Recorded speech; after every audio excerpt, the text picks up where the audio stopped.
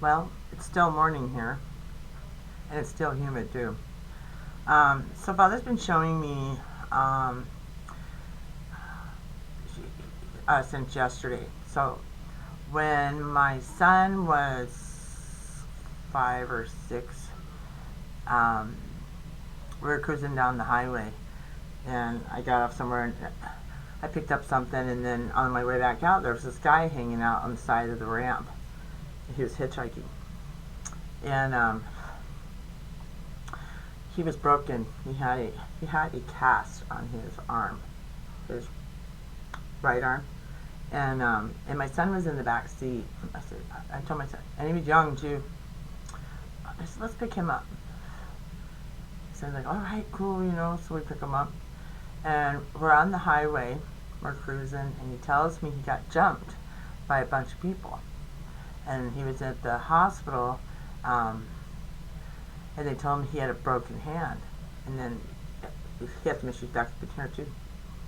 So I take him home, right to that doorstep.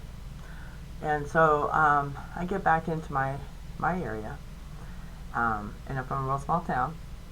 And I go into the liquor store, and I was talking about this guy that I picked up. He's a young guy, probably in his 20s.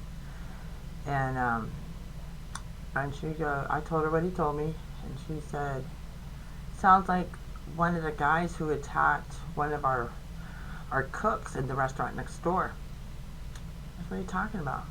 She said, he's in the hospital fighting for his life right now. He was jumped by young men, and one of the descriptions fits one of the guys you picked up. So she called the sheriff, and then I took him right to his door, and he was one of them. And then they got the rest of them after. They robbed him for his paycheck.